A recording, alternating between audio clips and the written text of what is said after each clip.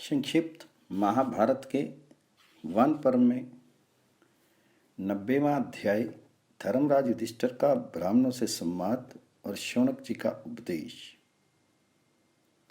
वैशंपायन जी कहते हैं, जन्मे जी, रात बीत गई। पांडव नित्य कर्म से निवृत्त हुए। जब उन्होंने वन में जाने की तैयारी की तब धर्मराज युधिष्ठिर ने ब्राह्मणों से कहा, महात्माओं, इस समय हमारा राज्य, लक्ष्मी और सर्वस्व शत्रुओं ने छीन लिया है।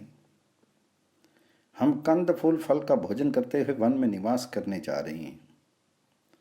वन में बड़े बड़े विघ्न और बाधाएं हैं, इसलिए आप लोगों को वहाँ बड़ा कष्ट होगा। इसलिए आप लोग जब अपने अपने अभीष्ट स्थान को जाएं। तो ब्राह्मणों ने कहा, राजन, प्रेम के कारण हम लोग आपके साथ रहना चाहते हैं। हमें आप अपने पास रखने की कृपा कीजिए। धर्मराज, हमारे पालन पोषण के संबंध में आप तनिक भी चिंता मत कीजिए। हम अपने आप अपने भोजन का प्रबंध कर लेंगे और आपके साथ वन में रहेंगे। वहाँ बड़े प्रेम से अपने इष्ट देव का ध्यान करेंगे, जप करेंगे, पूजा करेंगे, उससे आपका कल्याण होगा। वहाँ सुंदर सुंदर कथाएं सुनाकर बड़े सुख से वन में विचरेंगे।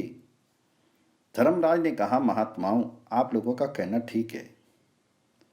मैं सदा ब्राह्मणों में ही रहना चाहता हूं, परंतु इस समय मेरे पास धन नहीं है, इसलिए लाचारी है। भला मैं ये बात कैसे देख सकूंगा कि आप लोग स्वयं अपने भोजन का प्रबंध करें। मेरे कारण आप लोगों को कितना कष्ट होगा।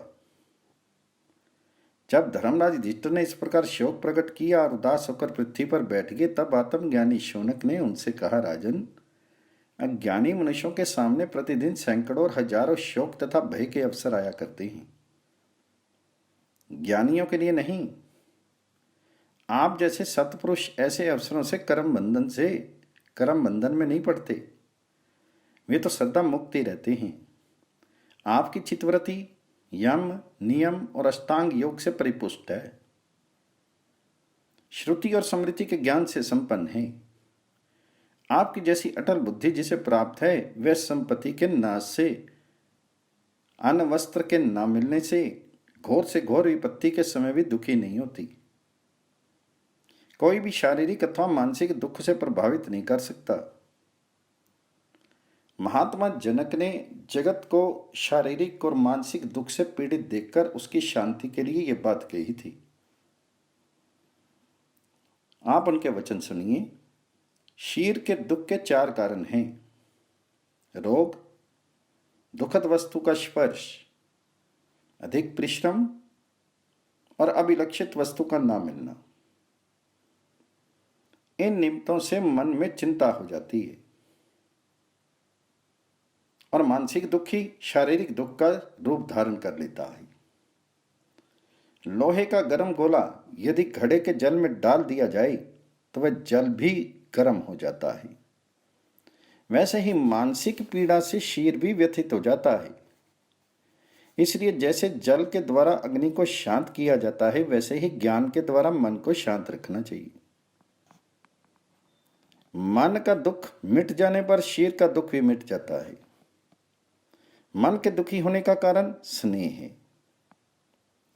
स्नेह के कारण ही मनुष्य विषयों में फंसता है और अनेकों प्रकार के दुख भोगने लगता है। स्नेह के कारण ही दुख, भय, शोक आदि विकारों की उत्पत्ति होती है। स्नेह के कारण ही विषयों की सत्ता का अनुभव होता है और फिर उसमें राग हो जाता है। विषयों के चिंतन और राग से भी बढ़कर स्नेह ही है। जैसे खोडर की आग सारे वृक्ष को जला डालती है, वैसे ही थोड़ा सा भी राग धर्म और अर्थ का सत्यानाश कर देता है। विषयों के नाम मिलने पर जो अपने को त्यागी कहता है, वह त्यागी नहीं है। वास्तव में सच्चा त्यागी तो वो है जो विषयों के मिलने पर भी उसमें दोष दृष्टि करता है और उनसे दूर रहता है। विरक्त पुरुष द्वेष रहित भी होता है, इसलिए उसे कभी कर्म बंधन में नहीं बंधना पड़ता।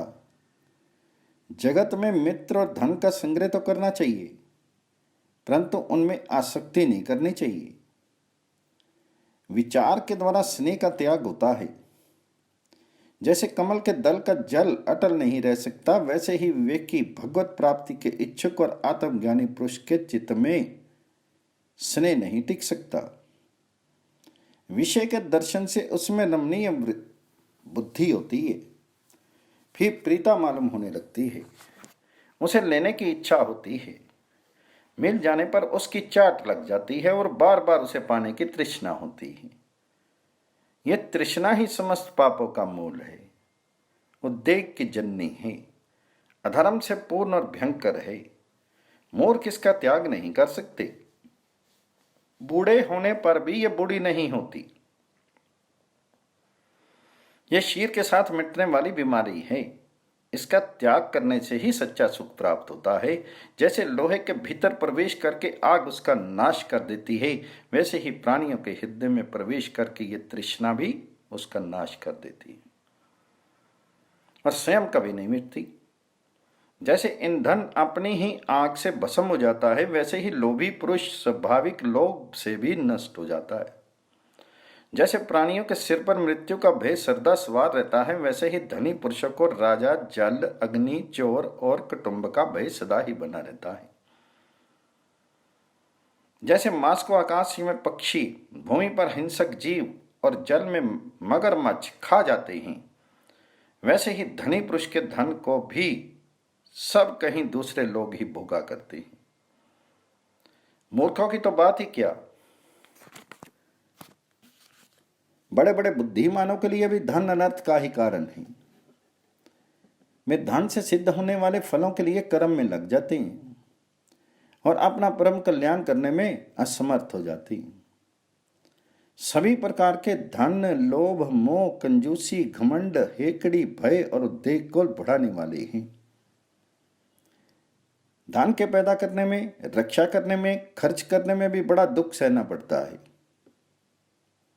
धन के लिए लोग एक दूसरे के प्राण ले लेते हैं। यदि धन अपने पास इकट्ठा हो जाए तो वह पाले हुए शत्रु के समान है, उसको छोड़ना भी कठिन हो जाता है। धन की चिंता करना अपना नाश करना है। इसी से अज्ञानी सदा असंतुष्ट रहते हैं और ज्ञानी संतुष्ट। धन की प्यास कभी बुझती नहीं है, उसकी ओर से मुंह मोड़ लेना ही परम सुख है। सच्चा संतोष ही परम शांति है।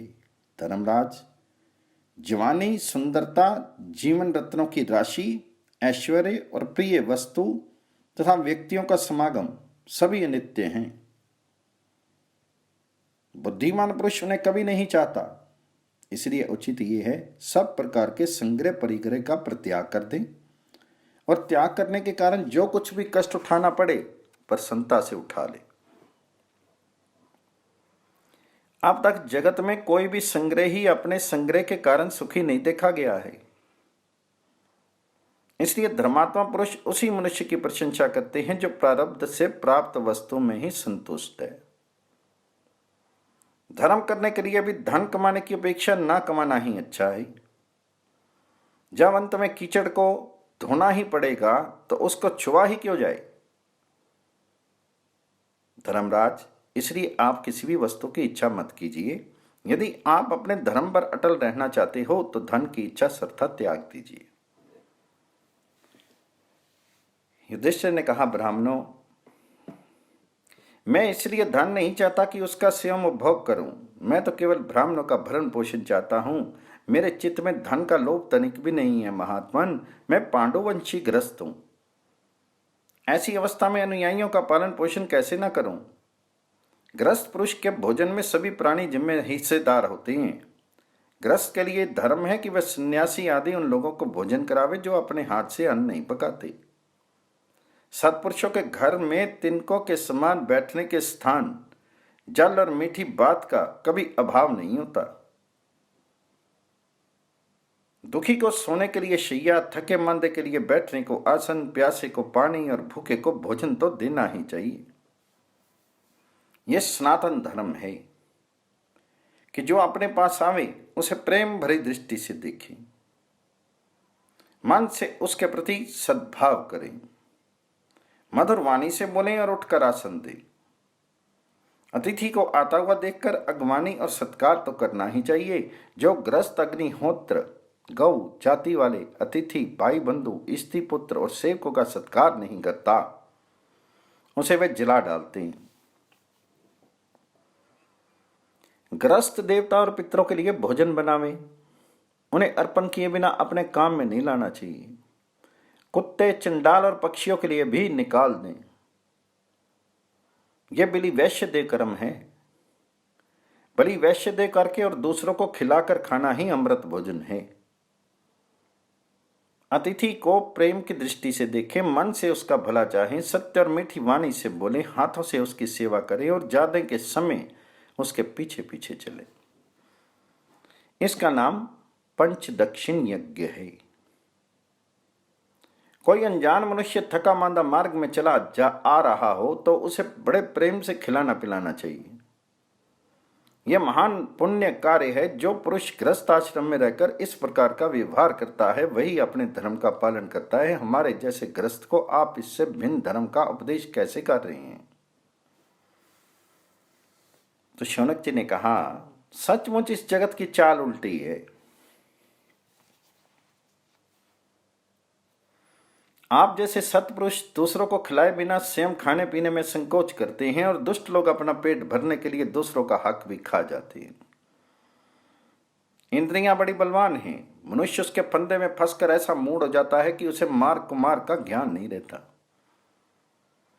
जिस समय इंद्रियां और विषयों का संयोग होता है उस समय पूर्वकालीन संस्कार मन के रूप में जागृत हो जाते हैं।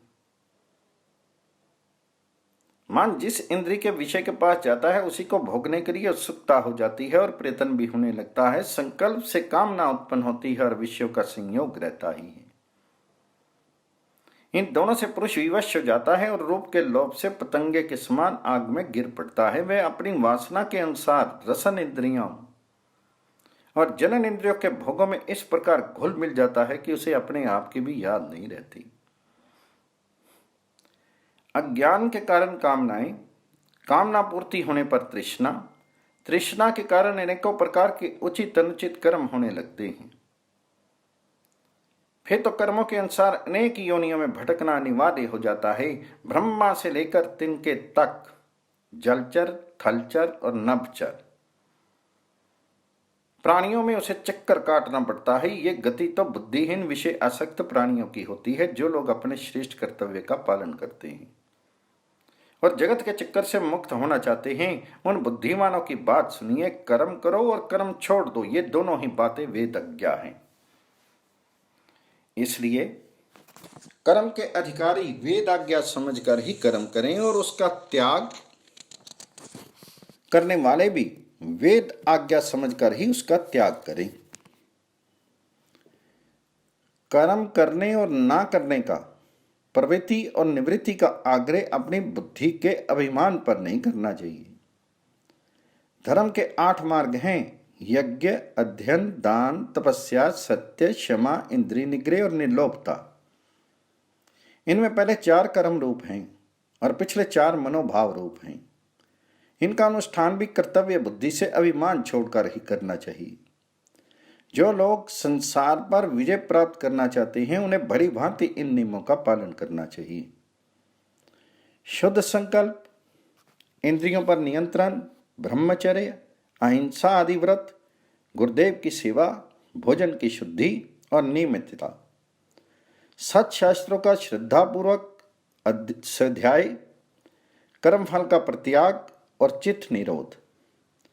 इन्हीं नियमों के पालन में बड़े बड़े देवता अपने अपने अधिकार में स्थित हैं। धर्मराज, आप भी इन नियमों और तपस्या के द्वारा ऐसी सिद्धि प्राप्त कीजिए जिससे ब्राह्मणों के भरण पोषण की शक्ति प्राप्त हो जाए।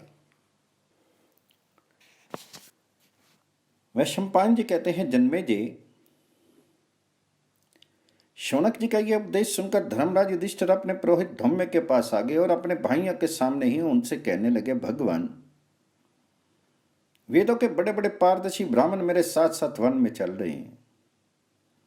उनके पालन पोषण की मुझ में सामर्थ्य नहीं है। इससे मैं बहुत दुखी हूं। ना तो मैं उनका पालन पोषण ही कर सकता हूं और ना उन्हें छोड़ ही सकता हूं। ऐसी परिस्थिति में मुझे क्या करना चाहिए, आप कृपा करके ये बतलाइए। तो धर्मराज युधिष्ठिर का प्रश्न सुनकर पुरोहित धौम्य ने योग दृष्टि से कुछ समय तक इस विषय पर विचार किया। तदनंतर धर्मराज को संबोधन करके कहा, धर्मराज,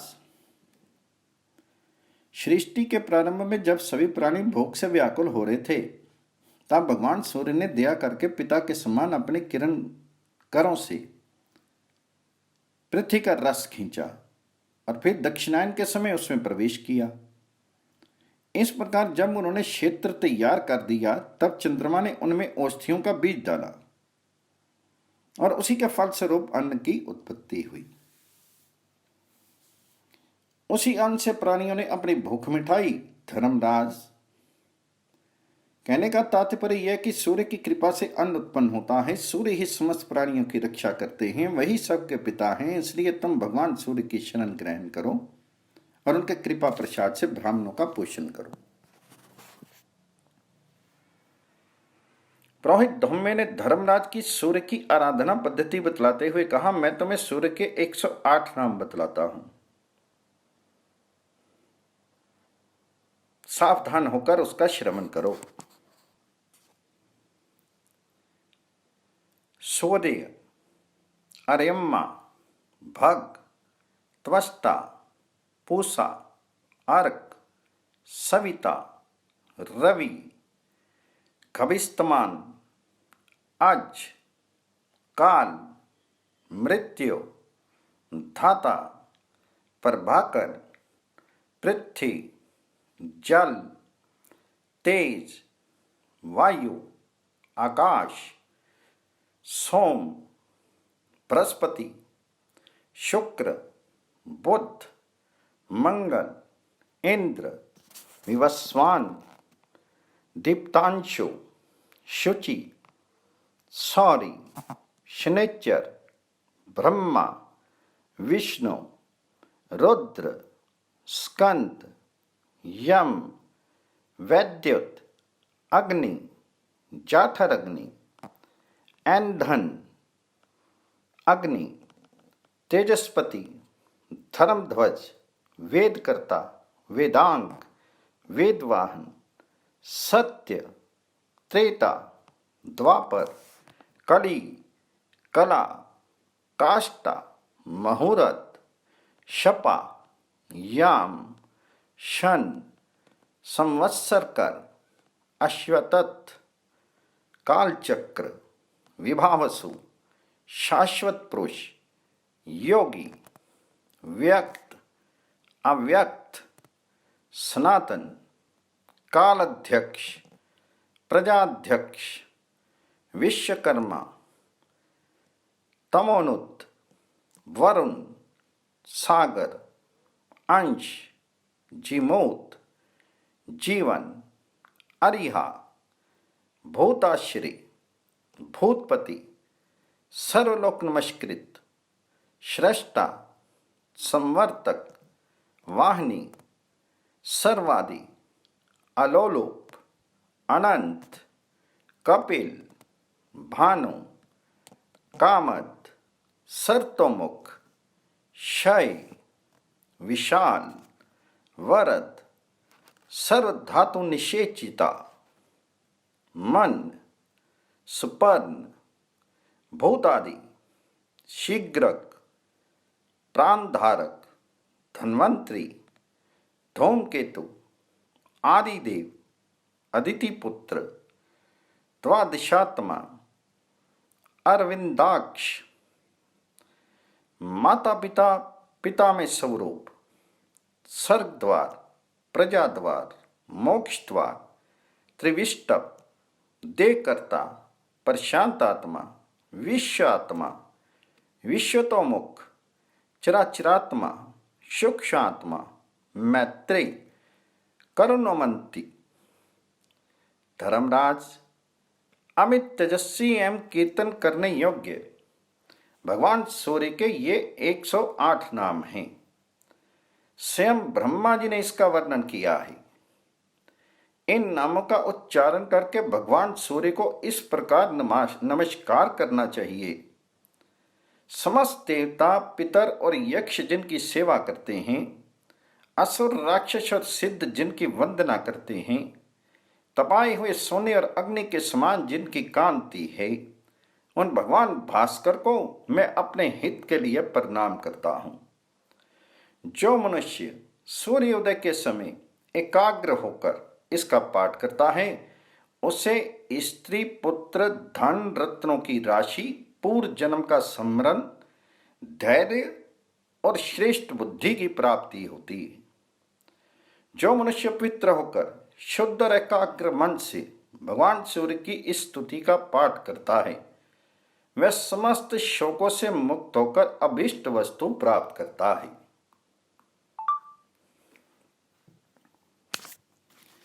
पुरोहित धौम्य की बात सुनकर संयमी एवं दृढ़वती धर्मराज ने शास्त्रोक्त सामग्रियों से भगवान सूर्य की आराधना और तपस्या की। वे स्नान करके भगवान सूर्य के सामने खड़े हुए और आचमन, प्राणायाम आदि करके भगवान सूर्य की स्तुति करने लगे।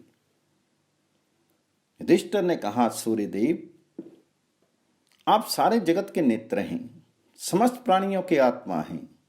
आप इस समस्त प्राणियों के मूल कारण और कर्म निष्ठों के सदाचार हैं। सांख्य निष्ठा और योग निष्ठा के उपासक अंत में आपको ही प्राप्त होते हैं। आप मोक्ष के खुले द्वार हैं और मुमुक्षुओं के परम आश्रय हैं। आप इस समस्त लोकों को धारण करते, प्रकाशित करते, पवित्र करते तथा बिना किसी स्वार्थ के पालन करते हैं। अब तक के बड़े बड़े ऋषियों ने आपकी पूजा की है और अब भी वेदज्ञ ब्राह्मण अपने शास्त्रों के मंत्रों के द्वारा समय पर आपका उपस्थान करते हैं। सिद्ध, चारण, गंधर्व, यक्ष, गुहक और पन्नग आपसे वर प्राप्त करने की अभिलाषा से आपके दिव्य रथ के पीछे पीछे चलते हैं। 33 देवता, विश्वदेव आदि देवगण, उपेंद्र और महेंद्र भी आपकी आराधना से ही सिद्ध हुए हैं। विद्याधर कल्प वृक्ष के पुष्पों से आपकी पूजा करके अपने मनोरथ सफल करते हैं। गोहक, पितर, देवता, मनुष्य सभी आपकी पूजा करके गौरवान्वित होते हैं। 8 वसु, 49 मरुदगण, 11 रुद्र, सांध्यगण और बालखिल्य आदि सभी आपकी आराधना से श्रेष्ठता को प्राप्त हुए हैं। ब्रह्मलोक से लेकर पृथ्वी पर्यंत समस्त लोकों में ऐसा कोई भी प्राणी नहीं जो आपसे बढ़कर हो। यो तो बहुत बड़े बड़े शक्तिशाली जगत में निवास करते हैं, परंतु आपके प्रभाव और कांति के सामने वे नहीं ठहर सकते। जितने भी ज्योतिर्मय पदार्थ हैं वे सब आपके अंतर्गत हैं। आप समस्त ज्योतियों के स्वामी हैं। सत्य और सभी सात्विक भाव आप में ही प्रतिष्ठित हैं। भगवान विष्णु जिस चक्र के द्वारा असुरों का घमंड चूर्ण करते हैं, वे आपके ही अंश से बना हुआ है। आप ग्रीष्म ऋतु में अपनी किरणों से समस्त औषधि, रस और प्राणियों का तेज खींच लेते हैं और वर्षा ऋतु में लौटा देते हैं। वर्षा ऋतु में आपकी बहुत सी किरणें तपती हैं, जलाती हैं और गरजती हैं।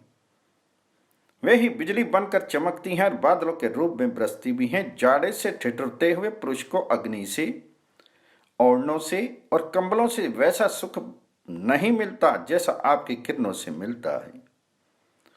आप अपनी रश्मियों से 13 दीप वाली पृथ्वी को प्रकाशित करते हैं। आप बिना किसी की सहायता की अपेक्षा के तीनों लोकों के हित में लगे रहते हैं। यदि आपका उदय ना हो तो सारा जगत अंधा हो जाए। धर्म, अर्थ और काम संबंधी कर्मों में किसी की प्रवृत्ति भी ना हो। ब्राह्मण आदि द्विजाति संस्कार, यज्ञ, तंत्र, तपस्या और वर्ण आश्रमोचित कर्म आपकी कृपा से ही करते हैं। ब्रह्मा का एक दिन 1000 युग का होता है। उसके आदि अंत के विधाता भी आप ही हैं।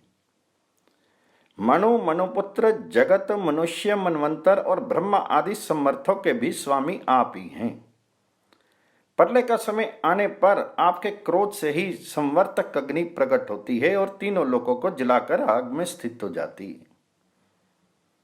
आपकी किरणों से ही रंग बिरंगे ऐरावत आदि मेघ और बिजलियां पैदा होती हैं तथा प्रलय करती हैं। आप ही 12 रूप बनाकर 12 आदित्यों के नाम से प्रसिद्ध हैं। प्रलय के समय सारे समुद्र का जल आप अपनी किरणों से सुखा देते हैं। इंद्र, विष्णु, रुद्र, प्रजापति, अग्नि, सूक्ष्म मन प्रभु शाश्वत ब्रह्म आदि आपके ही नाम हैं। आप ही हंस, सविता, भानु, अंशुमाली, वृषा, कपि, विवस्वान, मिहिर, पूषा, मित्र तथा धर्म हैं। आप ही सहस्त्ररश्मि, आदित्य, तपन, गोपति, मार्तंड, अर्क, रवि, सूर्य, शिरण्य एवं दिनकर हैं। आप ही दिवाकर, सप्ति, धामकेशी, विरोचन, आशुगामी, तमोघ्न और हरिताश्व कहलाते हैं। जो सप्तमी, आशुगामी, तपोघन और हरिताश्व कहलाते हैं। जो सप्तमी अथवा षष्ठी के दिन प्रसन्नता और भक्ति से आपकी पूजा करता है तथा अहंकार नहीं करता, उसे लक्ष्मी की प्राप्ति होती है। जो अनन्य चित्त से आपकी पूजा और नमस्कार करते हैं, उन्हें आदि व्याधि तथा आपत्तियां नहीं सताती हैं। आपके भक्त समस्त रोगों से रहित, पापों से मुक्त, सुखी और चिरंजीवी होते हैं। हे अन्नपते, मैं श्रद्धापूर्वक सबको अन्न देना और सबका आतिथ्य करना चाहता हूं। मुझे अन्न की कामना है। आप कृपा करके मेरी अभिलाषा पूर्ण कीजिए। आपके चरणों में रहने वाले माठर, अरुण, दंड आदि उन अंचरों को मैं प्रणाम करता हूं जो वज्र, बिजली आदि के प्रवर्तक हैं। शुभा, मैत्री आदि अन्य भूत माताओं को भी मैं प्रणाम करता हूं, वे मुझ शरणागत की रक्षा करें। जब धर्मराज युधिष्ठिर ने भुवन भास्कर भगवान अंशुमाली की इस प्रकार स्तुति की, तब उन्होंने प्रसन्न होकर अपने अग्नि के समान दिव्यमान श्री विग्रह से उनको दर्शन दिया और कहा, युधिष्ठिर,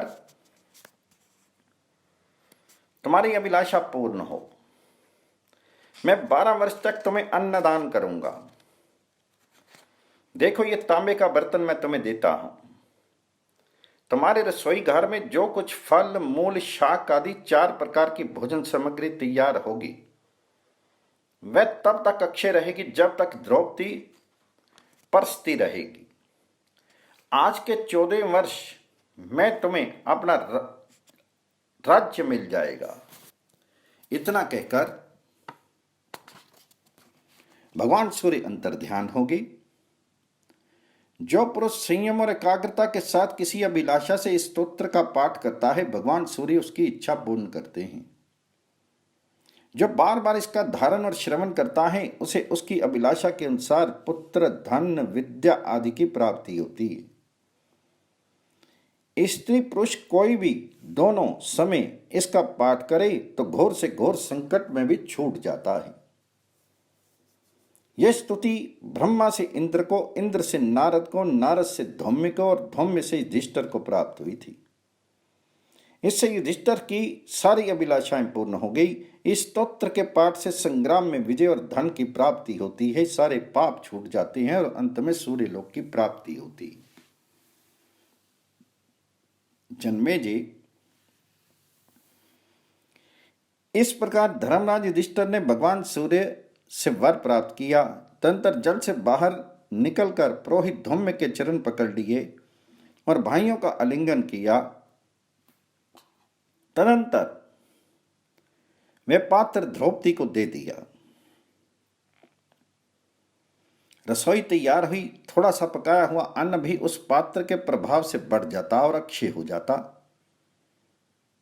उसी से धर्मराज युधिष्ठिर ब्राह्मणों को भोजन कराने लगे। धर्मराज युधिष्ठिर ब्राह्मणों के भोजन के पश्चात भाइयों को खिलाकर तब यज्ञ से बचे हुए अमृत के समान अन्न का भोजन करते।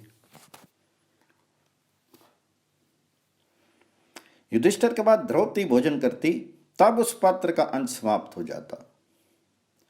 इस प्रकार युधिष्ठिर भगवान सूर्य से अक्षय पात्र प्राप्त करके ब्राह्मणों की अभिलाषा पूर्ण करने लगे। पर्वों पर यज्ञ होने लगे। कुछ दिनों के बाद उन्होंने सबके साथ काम्यक वन की यात्रा की। संक्षिप्त महाभारत के सभा पर्व में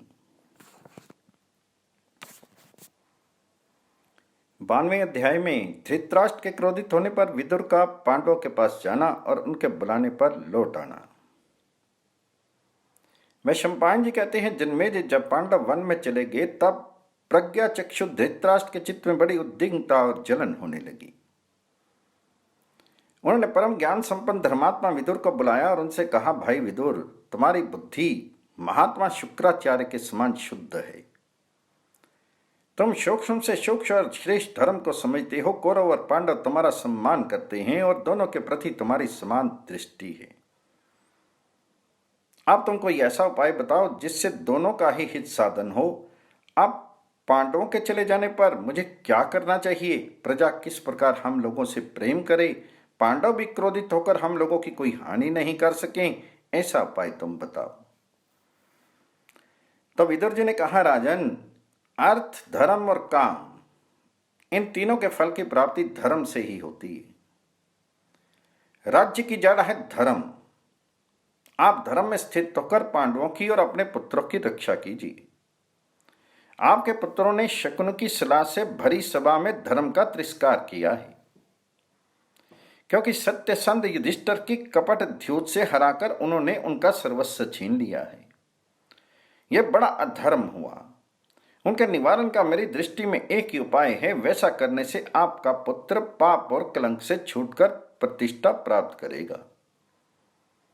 वे उपाय यह है कि आपने पांडवों का जो कुछ छीन लिया है वे सब उन्हें दे दिया जाए। राजा की यह परम धर्म है कि वे अपने हक में ही संतुष्ट रहे, दूसरे का हक न चाहे। जो उपाय मैंने बतलाया है उससे आपका लांछन छूट जाएगा। भाई भाई में फूट नहीं पड़ेगी और अधर्म भी नहीं होगा। ये काम आपके लिए सबसे बढ़कर है कि आप पांडवों को संतुष्ट करें और शकुनी का अपमान करें। यदि आपके पुत्रों का सौभाग्य तनिक भी शेष रह गया हो तो शीघ्र से शीघ्र यह काम कर डालना चाहिए। यदि आप मोहवश ऐसा नहीं करेंगे तो सारे कुरुवंश का नाश हो जाएगा। यदि आपका पुत्र दुर्योधन प्रसन्नता से पांडवों के साथ रहना स्वीकार कर ले तब तो ठीक ही है, अन्यथा परिवार और प्रजा के सुख के लिए उस कुल कलंक और दुरात्मा को कैद करके युधिष्ठिर को राज्य सिंहासन पर बिठा दीजिए। युधिष्ठिर के चित्त में किसी के प्रति राग द्वेष नहीं है, इसलिए वे ही धर्मपूर्वक पृथ्वी का शासन करें। यदि सब लोग मेल मिलाप से रह सकें तो पृथ्वी के सभी राजा हमारे सामने वैश्यों के समान सेवा करने के लिए उपस्थित हो जाएंगे।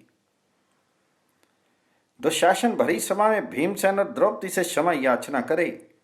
आप युधिष्ठिर को सांत्वना देकर राज्य सिंहासन पर बिठा दें, और तो क्या कहूं, बस आप इतना करने से कृतकृत्य हो जाएंगे। तो धृतराष्ट्र ने कहा, विदुर, ये तुम क्या कह रहे हो? तुम पांडवों का हित चाहते हो और मेरे पुत्रों का अहित चाहते हो। मेरे मन में तुम्हारी बातें नहीं बैठती हैं। तुम बार बार पांडवों के पक्ष की ही बात कहते हो। भला मैं उनके लिए अपने पुत्रों को कैसे छोड़ सकता हूं?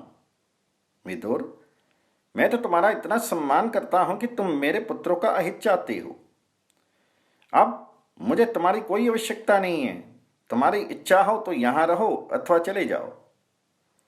इतना कहकर धृतराष्ट्र उठ खड़े हुए और झटपट महल में चले गए।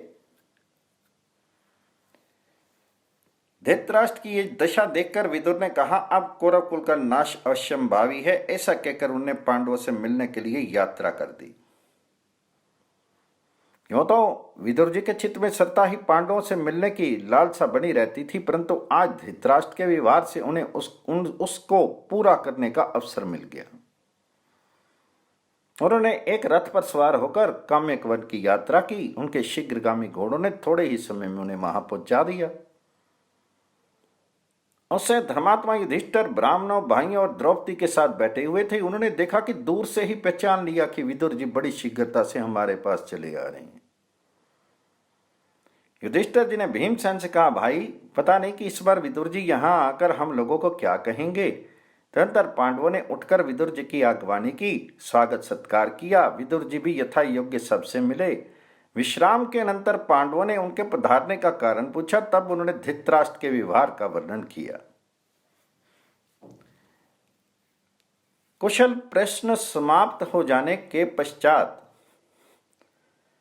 विदुर जी ने कहा, धर्मराज, मैं आपसे बड़े काम की बात कहता हूं। जो मनुष्य शत्रु के दुख देने पर भी क्षमा कर देता है और अपनी उन्नति का अवसर देखता रहता है, साथ ही अपनी शक्ति और सहायकों का संग्रह करता रहता है, वही पृथ्वी का राजा होता है।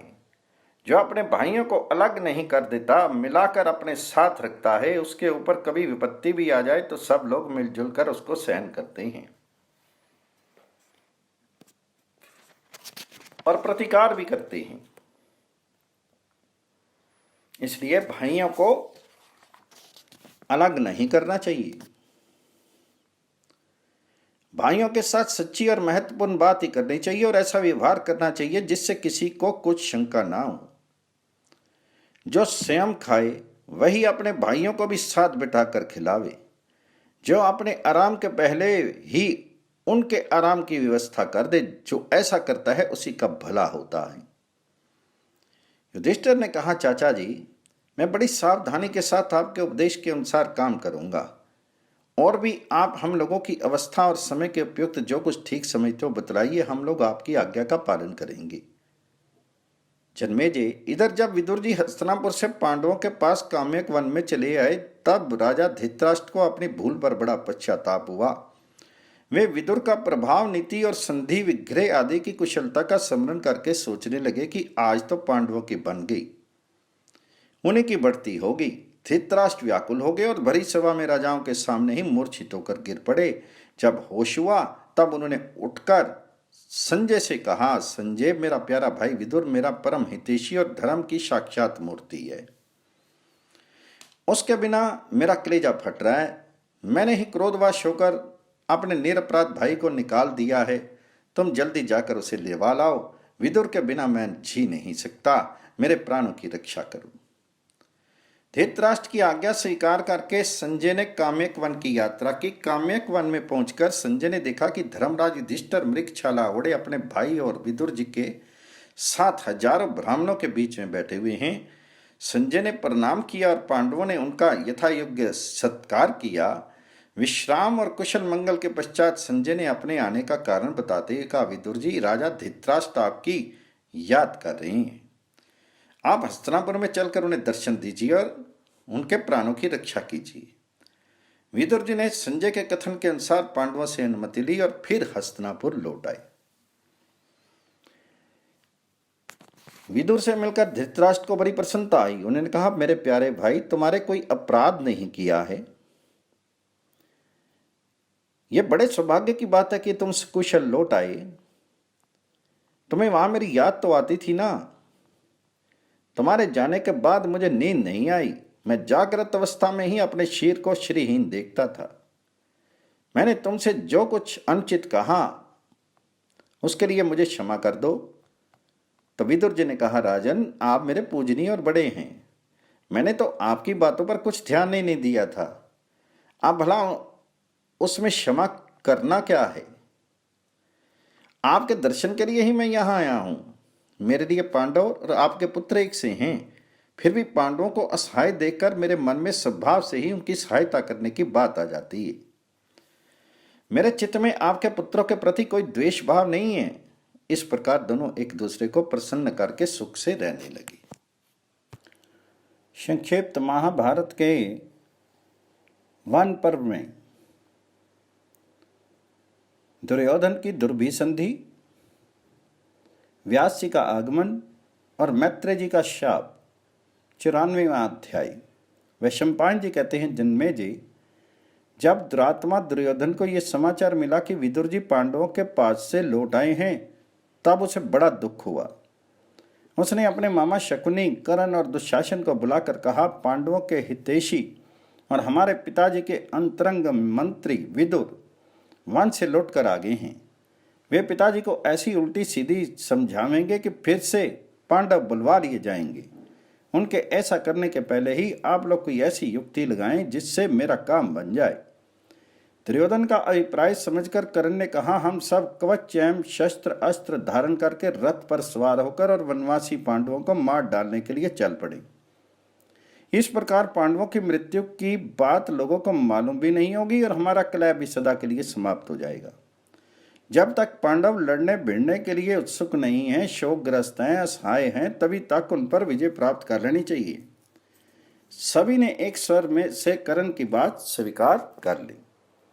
वे सब क्रोध के अधीन होकर रथों पर सवार हुए और पांडवों को मारने के लिए वन के लिए चल पड़े। महर्षि व्यास बड़े ही शुद्ध अंतःकरण के पुरुष हैं। उनकी सामर्थ्य अनिर्वचनीय है। जिस समय कौरव पांडवों का अनिष्ट करने के लिए यात्रा कर रहे थे, उसी समय वे वहां आ पहुंचे। उन्हें अपने दिव्य दृष्टि से कौरवों की दुर्बुद्धि का पता चल गया था। उन्होंने स्पष्ट रूप से आज्ञा देकर कौरवों को वैसा करने से रोक दिया। तदनंतर धृतराष्ट्र के पास जाकर वे बोले, धृतराष्ट्र, मैं तुम लोगों के हित की बात कहता हूँ। दुर्योधन ने कपटपूर्वक जुआ खेलकर पांडवों को हरा दिया और उन्हें वन में भेज दिया। ये बात मुझे अच्छी नहीं लगी है। ये निश्चित है कि 13 वर्ष के बाद कौरवों के दिए हुए कष्टों को स्मरण करके पांडव बड़ा उग्र रूप धारण करेंगे और मानो की बौछार से तुम्हारे पुत्रों का ध्वंस कर डालेंगे। भला ये कैसी बात है कि दुरात्मा दुर्योधन राज्य के लोभ से पांडवों को मार डालना चाहता है। मैं कहे देता हूं कि तुम अपने लाडले बेटे को इस काम से रोक दो, वह चुपचाप घर बैठा रहे। यदि पांडवों को मार डालने की चेष्टा की तो वह स्वयं अपने प्राणों से हाथ धो बैठेगा। यदि तुम अपने पुत्र की द्वेष बुद्धि मिटाने का यत्न नहीं करोगे तो बड़ा अन्याय होगा। मेरी सम्मति से यह है कि दुर्योधन अकेला ही वन में जाकर पांडवों के पास रहे। संभव है पांडवों के सत्संग से दुर्योधन का द्वेष भाव दूर होकर प्रेम भाव की जागृति हो जाए, परंतु ये बात है बहुत कठिन, क्योंकि जन्मगत स्वभाव का बदल जाना सरल नहीं है। यदि तुम कुरुवंशियों की रक्षा और उनका जीवन चाहते हो तो तुम्हारा पुत्र दुर्योधन पांडवों के साथ मेल मिलाप कर ले। धृतराष्ट्र ने कहा, परम ज्ञान संपन्न महर्षि, जो कुछ आप कह रहे हैं वही तो मैं भी कहता हूँ। ये बात सभी लोग जानते हैं। आप कौरवों की उन्नति और कल्याण के लिए जो सम्मति दे रहे हैं वही विदुर, भीष्म और द्रोणाचार्य भी देते हैं। यदि आप मेरे ऊपर अनुग्रह करते हैं, कुरुवंशियों पर दया करते हैं, तो आप मेरे दुष्ट पुत्र दुर्योधन को ऐसी ही शिक्षा दें। व्यास जी ने कहा, राजन, थोड़ी ही देर में महर्षि मैत्र यहाँ आ रहे हैं। वे पांडवों से मिलकर अब हम लोगों से मिलना चाहते हैं। वे ही तुम्हारे पुत्र को मेल मिलाप का उपदेश करेंगे। हाँ, इस बात की सूचना मैं दिए देता हूँ कि वे जो कुछ कहें बिना सोच विचार के करना चाहिए। यदि उनकी आज्ञा का उल्लंघन होगा तो वे क्रोध से शाप दे देंगे। इतना कहकर महर्षि वेदव्यास वहां से रवाना हो गए।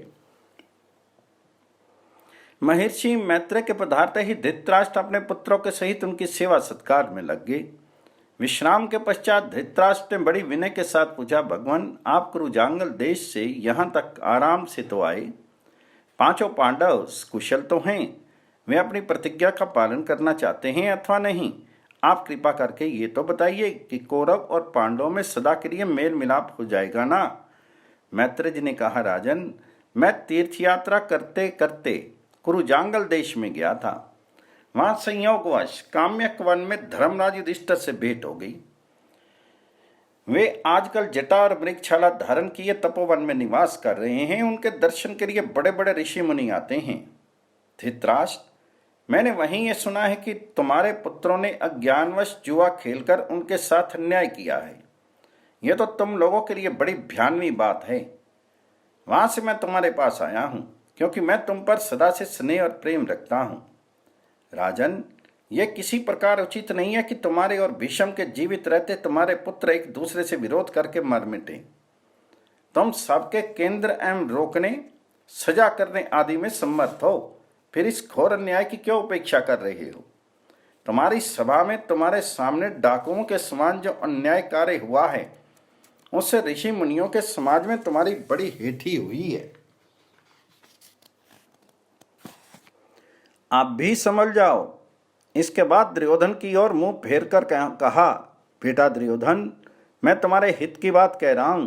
तुम तनिक समझदारी से काम लो। पांडवों का, कुरुवंशियों का, सारी प्रजा का और तुम्हारा भी हित तथा प्रिय इसी में है कि तुम पांडवों से द्रोह मत करो। वे सब के सब वीर हैं, योद्धा हैं, बलवान हैं, दृढ़ हैं, नर रत्न हैं। वे बड़े सत्य प्रतिज्ञ, आत्म अभिमानी और राक्षसों के शत्रु हैं। वे चाहे जब जैसा रूप धारण कर सकते हैं। उनके हाथों बड़े बड़े राक्षसों का नाश होने वाला है और हिडम्ब, बक, किरमीर आदि राक्षसों को उन्होंने मार भी डाला है। जिस समय रात में वे यहाँ से जा रहे थे, किरमीर जैसे बलवान राक्षस को भीमसेन ने बात की बात में मार डाला। तुम तो जानते ही हो कि दिग्विजय के समय भीमसेन ने 10,000 हाथियों के समान बलि जरासंध को नष्ट कर दिया। भगवान श्री कृष्ण उनके संबंधी हैं। ध्रुपद के पुत्र उनके साले हैं। पांडवों के साथ युद्ध में टक्कर लेने वाला इस समय कोई नहीं है, इसलिए तुम्हें उनके साथ मेल कर लेना चाहिए। बेटा, मेरी बात मान लो, क्रोध के वश होकर अनर्थ मत करो। जिस समय महर्षि मैत्रेय इस प्रकार कह रहे थे, उसमें दुर्योधन मुस्कुराकर पैर से जमीन कुरेदने और अपनी सूंड के समान जांघ पर हाथ से ताल ठोकने लगा। दुर्योधन की ये उद्दंडता देखकर मैत्रेय जी ने उसको शाप देने का विचार किया। किसी का क्या वश है, विधाता की ऐसी ही इच्छा थी। उन्होंने जल स्पर्श करके दुरात्मा दुर्योधन को शाप दिया। मूर्ख दुर्योधन, तू मेरा तिरस्कार करता है और मेरी बात नहीं मानता। ले तू इस अभिमान का फल चख। तेरे इस द्रोह के कारण कौरवों और पांडवों में घोर युद्ध होगा। उसमें भीमसेन गदा की चोट से तेरी झांग तोड़ेंगे। महर्षि मैत्रेय के ऐसा कहने पर धृतराष्ट्र उसके चरणों पर गिरकर अनुनय विनय करने लगा। उन्होंने कहा, भगवान ऐसी कृपा कीजिए जिससे ये शाप नहीं लगे। तो मैत्रेय जी ने कहा, राजन, यदि तुम्हारा पुत्र पांडवों से मेल कर लेगा तब तो मेरा शाप नहीं लगेगा, नहीं तो अवश्य लगेगा। तदनंतर महर्षि मैत्रेय ने वहां से प्रस्थान किया। दुर्योधन भी भीमसेन के किरमीर वध संबंधी प्रकरण को सुनकर उदास मुंह से वहां से चला गया।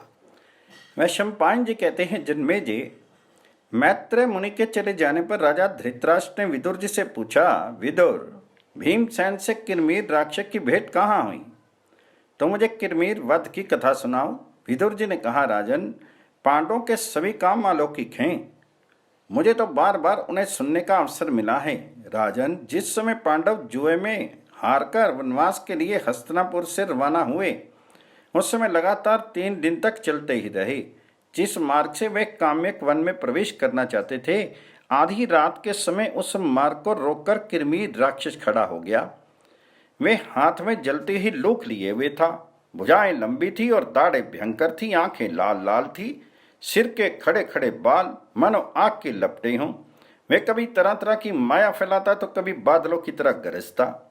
उसकी गर्जना से सारे वन पशु भयभीत होकर खलबला उठे। आंधी चलने लगी। धूल से आकाश आच्छादित हो गया। द्रौपदी तो उनके मार्गदर्शन से बेहोश सी हो गई। उसकी ये चाल देखकर पुरोहित धौम्य ने रक्षोघ्न मंत्र का पाठ करके राक्षसी माया नष्ट कर दी। उसी समय किरमीर राक्षस ध्यान में वेश में पांडवों के सामने आकर खड़ा हो गया। पांडवों का परिचय जानकर किरमीर ने कहा कि मैं बकासुर का भाई और हिडिंब का मित्र हूं। इसी भीमसेन ने उसको मारा है, इसलिए आज अच्छा अवसर मिला। इसे मैं अभी नष्ट किए डालता हूं। उसी समय भीमसेन ने एक बहुत बड़ा पेड़ उखाड़ा और उसके पत्ते तोड़ ताड़ कर फेंक दिए। भीमसेन ने दृढ़ता के साथ लंगोट कसकर वृक्ष को उठाया और राक्षस के सिर पे दे मारा, परंतु इससे राक्षस को कोई घबराहट नहीं हुई। राक्षस ने उनके ऊपर एक जलती हुई लकड़ी फेंकी, परंतु भीमसेन ने पैर से मारकर अपने को बचा लिया। इसके बाद दोनों में भयंकर वृक्ष युद्ध हुआ, जिससे आसपास के बहुत से वृक्ष नष्ट हो गए।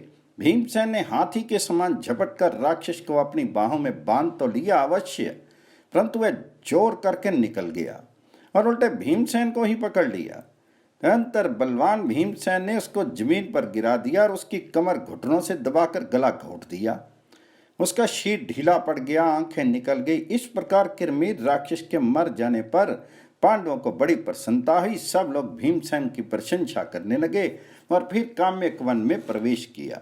इस प्रकार विदुर जी से किरमीर वध की बात सुनकर राजा धृतराष्ट्र उदास हो गए और उन्होंने लंबी सांस ली। इस प्रकार 94-95वां अध्याय पूर्ण हुआ। संक्षिप्त महाभारत के वन पर्व में 96वें अध्याय में भगवान श्री कृष्ण आदि का काम्यक वन में आगमन, उनके साथ पांडवों की बातचीत और उनका वापस लौटना। वैशंपायन जी कहते हैं, जन्मेजय, जब भोज, वृष्णि, अंधक आदि वंशों के यादव, पांचाल के धृष्टद्युम्न, चेदी देश के धृष्टकेतु एवं कैकेय देश के सगे संबंधियों को यह संवाद मिला कि पांडवगण अत्यंत दुखी होकर राजधानी से चले गए और काम्यक वन में निवास कर रहे हैं, तब वे कौरवों पर बहुत चिढ़कर क्रोध के साथ उनकी निंदा करते हुए अपना कर्तव्य निश्चय करने के लिए पांडवों के पास गए। सभी क्षत्रिय भगवान श्री कृष्ण को अपना नेता बनाकर धर्मराज युधिष्ठिर के चारों ओर बैठ गए।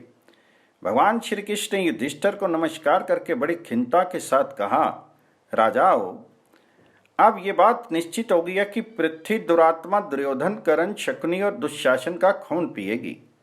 यह सनातन धर्म है कि जो मनुष्य किसी को धोखा देकर सुख भोग कर रहा हो उसे मार डालना चाहिए।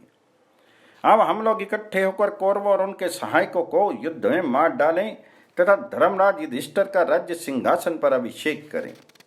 अर्जुन ने देखा कि हम लोगों का तिरस्कार होने के कारण भगवान श्री कृष्ण क्रोधित हो गए हैं और अपना काल रूप प्रकट करना चाहते हैं। तब उन्होंने लोक महेश्वर सनातन पुरुष भगवान श्री कृष्ण को शांत करने के लिए उनकी स्तुति की। अर्जुन ने कहा, श्री कृष्ण, आप समस्त प्राणियों के हृदय में विराजमान अंतर्यामी आत्मा हैं। सारा जगत आपसे ही प्रकट होता है और अंततः आप में ही समा जाता है। समस्त तपस्याओं की अंतिम गति आप ही हैं। आप नित्य यज्ञ स्वरूप हैं। आपने अहंकार स्वरूप भौमासुर को मारकर मणि के दोनों कुंडल इंद्र को दिए तथा इंद्र को इंद्रत्व भी आपने ही दिया है। आपने जगत के उद्धार के लिए ही मनुष्यों में अवतार ग्रहण किया। आप ही नारायण और हरि के रूप में प्रकट हुए थे। आप ब्रह्मा, सोम, सूर्य, धर्म, धाता, यमराज, अग्नि, वायु, कुबेर, रुद्र, काल, आकाश, पृथ्वी और दिशा स्वरूप हैं। पुरुषोत्तम, आप स्वयं अजन्मा और चराचर जगत के सृष्टा हैं। आपने ही अदिति के यहाँ वामन विष्णु के रूप में अवतार ग्रहण किया था। उस समय आपने केवल 3 पग से स्वर्ग, मृत्यु और पाताल लोकों को नाप लिया। सरस्वरूप, आप सूर्य में उनकी ज्योति के रूप में रहकर उन्हें प्रकाशित करते हैं। आपने विभिन्न प्रकार के शस्त्रों अवतार ग्रहण करके धर्म विरोधी असुरों का संहार किया है। आपने सर्वेश्वर में द्वारका नगरी को अपनाकर लीला का विस्तार किया है। आप अंत में आप उसे समुद्र में डुबा देंगे। आप सर्वथा स्वतंत्र हैं। ऐसा होने पर भी मधुसूदन, आप में क्रोध, ईर्ष्या, द्वेष, असत्य और क्रूरता नहीं है। कुटिलता तो भला हो ही कैसे सकती है। अच्युत, सब ऋषि मुनि आपको अपने हृदय मंदिर में विराजमान दिव्य ज्योति के रूप में जानकर आपकी शरण ग्रहण करते और मोक्ष की याचना करते हैं। प्रलय के समय आप स्वतंत्रता से समस्त प्राणियों को अपने स्वरूप में लीन कर लेते और सृष्टि के समय समस्त जगत के रूप में प्रकट हो जाते हैं। ब्रह्मा और शंकर दोनों ही आपसे प्रकट हुए हैं। आपने बाल लीला के समय बलराम के साथ रहकर जो जो अलौकिक कार्य किए हैं उन्हें अब तक ना तो कोई कर सका है और ना आगे कर सकेगा। श्री कृष्ण के आत्मा अर्जुन उनकी इस प्रकार स्तुति करके चुप हो गए। तब भगवान श्री कृष्ण ने कहा, अर्जुन, तुम एकमात्र मेरे हो और मैं एकमात्र तुम्हारा हूं। जो मेरे हैं वे तुम्हारे हैं और जो तुम्हारे हैं वो मेरे हैं। जो तुमसे द्वेष करता है वह मुझसे द्वेष करता है और जो तुम्हारा प्रेमी है वो मेरा प्रेमी है। तुम नर हो और मैं नारायण हूं। हम लोगों ने निश्चित समय पर अवतार ग्रहण किया है। तुम मुझसे अभिन्न हो और मैं तुमसे। हम दोनों में कोई अंतर नहीं है। हम दोनों एक स्वरूप हैं। जिससे भगवान श्री कृष्ण अर्जुन से ये बात कह रहे थे उसी समय पांडवों की राजरानी द्रौपदी शरणागत वत्सल भगवान श्री कृष्ण की शरण ग्रहण करने के लिए उनके कुछ पास आकर कहने लगी। द्रौपदी ने कहा, मधुसूदन, मैंने असित और देवल मुनि के मुंह से सुना है कि सृष्टि के प्रारंभ में आपने अकेले ही बिना किसी की सहायता के समस्त लोगों की सृष्टि की। परशुराम जी ने मुझसे ये बात कही थी कि आप अपराजित विष्णु हैं। आप यजमान, यज्ञ और यज्ञिनी हैं। पुरुषोत्तम, सभी ऋषि आपको क्षमा रूप कहते हैं। आप पंचभूत स्वरूप हैं और इससे संपन्न होने वाले यज्ञ स्वरूप भी हैं। ऐसा कश्यप जी ने कहा था। आप समस्त देवताओं के स्वामी, सब प्रकार के कल्याण के संपादक, सृष्टिकर्ता और माहेश्वर हैं। ये बात नारद जी ने कही है। जैसे बालक अपने खिलौनों के साथ स्वतंत्र रूप से खेलता है वैसे ही आप ब्रह्मा, शंकर, इंद्र आदि देवताओं से बार बार खेलते रहते हैं। स्वर्ग आपके सिर से, पृथ्वी आपके पैर से और सारे लोक आपके उदर से व्याप्त हैं। आप सनातन पुरुष हैं। वेद अभ्यासी एवं तपस्वी, ब्रह्मचारी, अतिथि सेवी गृहस्थ, शुद्ध अंतःकरण वानप्रस्थ और आत्मदर्शी सन्यासियों के हृदय में सत्य स्वरूप ब्रह्म के रूप में स्फुरित होने वाले आप ही हैं। आप युद्ध में पीठ न दिखाने वाले पुण्यात्मा राज ऋषियों के एवं समस्त धार्मिकों के परम गति हैं। आप सबके प्रभु हैं, विभु हैं, सर्वात्मा हैं और आपकी शक्ति से ही सब कर्म करने में समर्थ हो रहे हैं। लोक, लोकपाल, तारामंडल, दसों दिशाएं, आकाश, चंद्रमा और सूर्य सब आप में ही प्रतिष्ठित हैं। प्राणियों की मृत्यु, देवताओं की अमरता और संसार के समस्त कार्य आप में ही प्रतिष्ठित हैं। आप समस्त प्राणियों के ईश्वर हैं, इसलिए मैं प्रेम से आपके सामने अपना दुख निवेदन करती हूँ। श्री कृष्ण, मैं पांडवों की पत्नी, धृष्टद्युम्न की बहन और आपकी सखी हूँ। मुझ जैसी गौरवशालिनी स्त्री कौरवों की भरी सभा में घसीटी जाए, ये कितने दुख की बात है। कौरवों ने बेईमानी से हमारा राज्य छीन लिया, वीर पांडवों को दास बना लिया और राजाओं से ठसाठस भरी सभा में मुझ एक वस्त्रा अपवित्र स्त्री को चोटी पकड़कर घसीट मंगवाया। मधुसूदन, मैं जानती हूं कि गांडीव धनुष को अर्जुन, भीमसेन और आपके अतिरिक्त और कोई नहीं चढ़ा सकता, फिर भी भीमसेन और अर्जुन मेरी रक्षा नहीं कर सके। धिक्कार है इनके बल पुरुष को। इनके जीते जी दुर्योधन क्षण भर भी कैसे जीवित है।